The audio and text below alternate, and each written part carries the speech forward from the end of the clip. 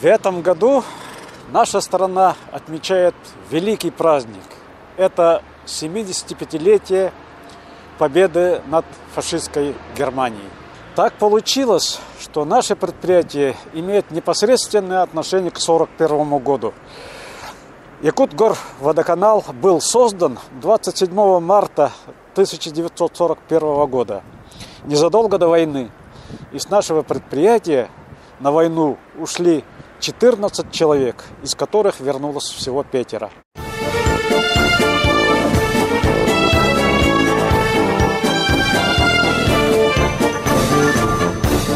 В музее водоканала хранится подробное воспоминание Алексея Иннокентьевича, написанное им лично. Я, однокурцев Алексей Иннокентьевич, был призван в ряды Красной Армии в июле 1941 года. До призыва работал преподавателем в Кильдямской школе Якутского района Якутской ССР. Из этого же района вместе со мной были призваны товарищ Посельский, секретарь райсовета, преподаватель истории Кангаласской школы, и товарищ Тумашов из Павловской школы. Из Якутска нас доставили в Читу для прохождения военной службы и обучения в полковой школе младших командиров, где готовился сержантский состав. После окончания полковой школы в ноябре 41-го мне было присвоено звание старшего сержанта, заместителя командира взвода, и я был направлен в город Канск в распоряжение командования 318-й особой сибирской стрелковой дивизии. Под Ворошиловградом наша 318-я особая сибирская стрелковая дивизия, и я в том числе, получила первое боевое крещение. Ведя ожесточенную борьбу с превосходящими силами немецко-фашистских захватчиков, нашей дивизии с кровопролитными боями все же пришлось оставить ряд городов и населенных пунктов. Город Ворошиловград, Каменск, Ростов-на-Дону, Моздок, станцию Лихая, и лишь на горе Малгобек возле нефтяных промыслов удалось закрепиться и остановить наступление немецких войск. За освобождение Новороссийска я, наряду со своими отличившимися в боях однополчанами,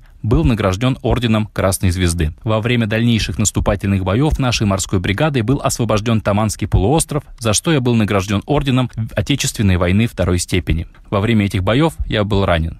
В январе 1944 года нашу десантную бригаду вывели с Крымского полуострова. В феврале 1944 я был госпитализирован и отправлен на излечение в город Кисловодск, после чего был демобилизован как инвалид 2-й группы из рядов Красной Армии. И, конечно же, с этим связано особое трепетное отношение водоканальцев к людям, которые ковали победу. Примером этому служит вот этот стенд «Бессмертный полк водоканала», куда вошли люди, которые уходили на войну с нашего предприятия, но и те, которые являются родителями наших работников. В этот юбилейный год мы решили увековечить память тех людей, которые работали в водоканале, ушли и сражались за победу, трудились здесь. Поэтому мы решили издать книгу «Река памяти», куда вошли 66 человек.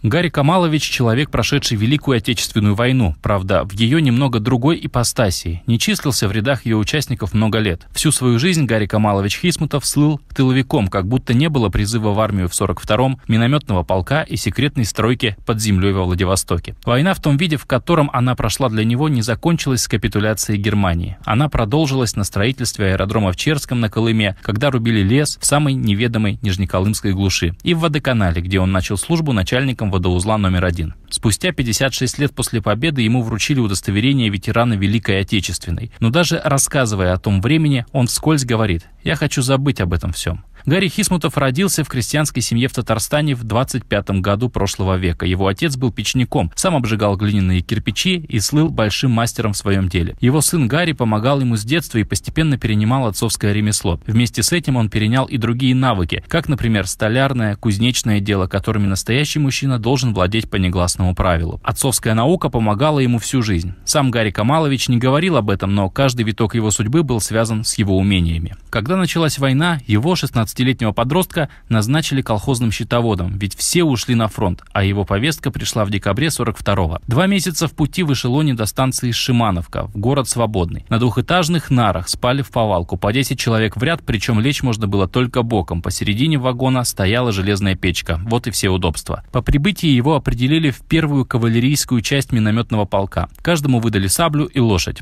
До мая 43-го года он служил во Владивостоке. Затем был был переброшен на Камчатку, на остров Птичий. Там, в ожидании отправки на фронт, молодых бойцов обучали премудростям флотской службы и поведению в кризисных ситуациях. Ведь несколько месяцев назад первый корабль с пополнением, отчаливший с острова, потопили японцы. В 1944 году полк Хисмутова отправили во Владивосток. Умеющих строить направили на строительство подземного завода. Он оказался в первых рядах. Работали в 3 смены, а рабочей силы не хватало. Копали под землей в шахте, вытаскивали породу, грузили в вагонетки и вывозили, вспоминает Гарри Камалович. В той шахте случился обвал. Товарища Гарри Камаловича завалило, но он его вытащил, друг остался живой. Он не видел в лицо фашистов за все время, но была и такая война. Весть о победе пришла во Владивосток, откуда в 1947-м его отправили на строительство аэродрома в Нижние Кресты. Так раньше назывался поселок Черский в Нижнеколымском Улусе. За 3 года завершили строительство аэродрома. А в 50-м вместе с сослуживцами со времен Отечественной войны сколотили бригаду 8 человек. Колымстрой должен был заготовить дрова для воинской части. Было нас 2 коммуниста, 1 бывший заключенный поваром у нас. Пошли мы за 100 километров от Нижних Крестов. Пожары были в то время. Леса поблизости не было. Работали мы в зиму 50-51 годов. Жили в землянке, которую сами сколотили наспех. Почти как будто на улице и жили. Бригадира не было, мы все общим советом решали. В ту зиму они 8 заготовили 4000 кубов леса. К тому моменту, когда река вскрылась, они натаскали бревна к берегу. Плотами сплавили по реке бревна на место. Гарри Камалович поражается сейчас, как они, 8 человек, смогли это все тогда сделать. А потом его позвали в райком Нижнеколымского района инструктора. Обучился в партшколе, строил здание райкома. В 1963-м супруга переехали в Якутск, где и родился их первый сын. 5 лет он проработал в системе Министерства коммунального хозяйства и в Якутском горкомхозе. А в 1968 году перевелся в производство управление водопроводно-канализационного хозяйства. Тогда началось строительство водозабора, и Гарри Камаловича направили на первый узел старшим мастером, затем назначили начальником. На этой должности он проработал 10 лет. В 1979 году Гарри Камаловича назначили начальником цеха водоснабжения, одновременно с этим он возглавлял партийную организацию водоканала. И еще 5 лет пробыл председателем профсоюза. На заслуженный отдых ушел в 1995 году, ныне в добром здравии.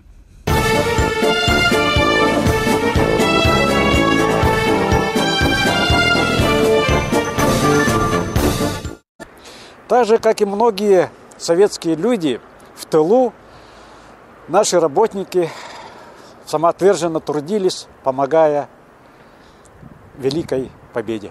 В семье Марухленко тепло хранят воспоминания родителей о той войне, какой запомнилась она именно им. Оба они из Омской области, Муромцевского района, только из разных деревень. И было им по 12-13 лет, когда настигла их война. В семье Екатерины Егоровны, когда отец ушел на фронт, кроме нее у матери на руках остались еще 6 малых братьев и сестер. Все дети выходили работать в поле. Тогда лен дергали руками, хлеб с полей тоже руками собирали. Колоска лишнего с поля нельзя было брать, а голод мучил всех. Как не тяжело было работать, была война, и нельзя было по-другому. В дом пришла похоронка. Отец погиб на войне. Отец Екатерины Егоровны был ранен, лечился в госпитале и по какой-то случайности оказался в списке погибших. А в 1946 году вернулся живым домой. В другой деревне отец Остафа Павловича трудился охотником-промысловиком. Когда началась война, его не призвали в армию, по возрасту не подходил. Один из братьев Остафа ушел на фронт, а он остался работать в колхозе. Затем, после войны, уже много позже войны, Остаф Павлович и Екатерина Егоровна повстречались. Как вспоминают их дети, когда родители переехали в Якутск в 1969 году, сразу же устроились работать в водоканал. Там и проработали всю жизнь до самой пенсии. Не раз супруги Марухленко становились победителями соцсоревнований. Было много благодарности, грамот за хороший труд. Они вырастили 3 детей, дали им всем образование и прожили долгую жизнь.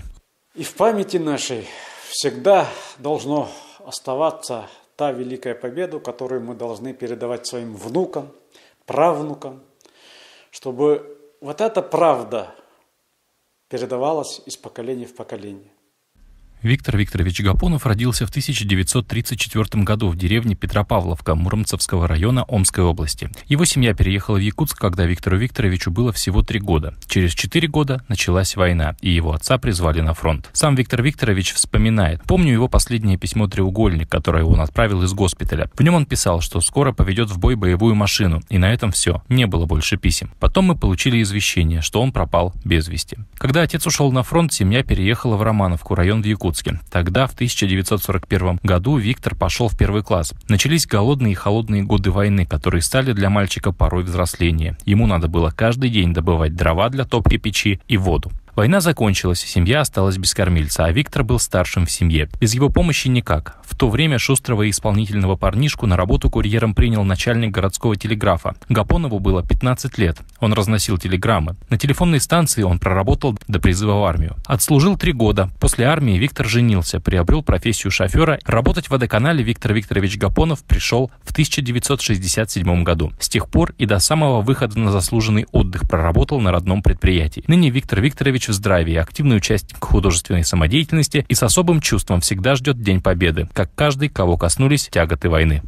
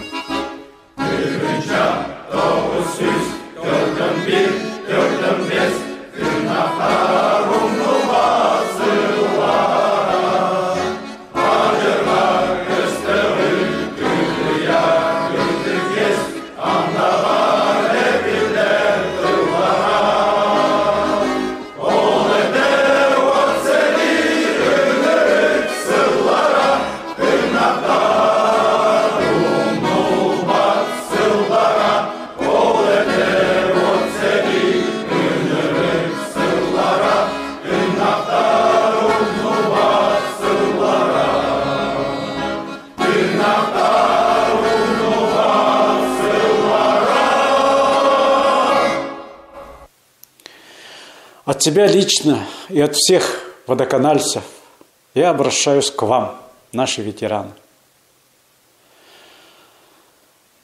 Мы кланяемся перед вами, обещаем, что мы будем беречь вашу победу. Желаем вам крепкого здоровья. И пусть ваша победа навсегда останется той планкой, на которую мы будем равняться. Спасибо.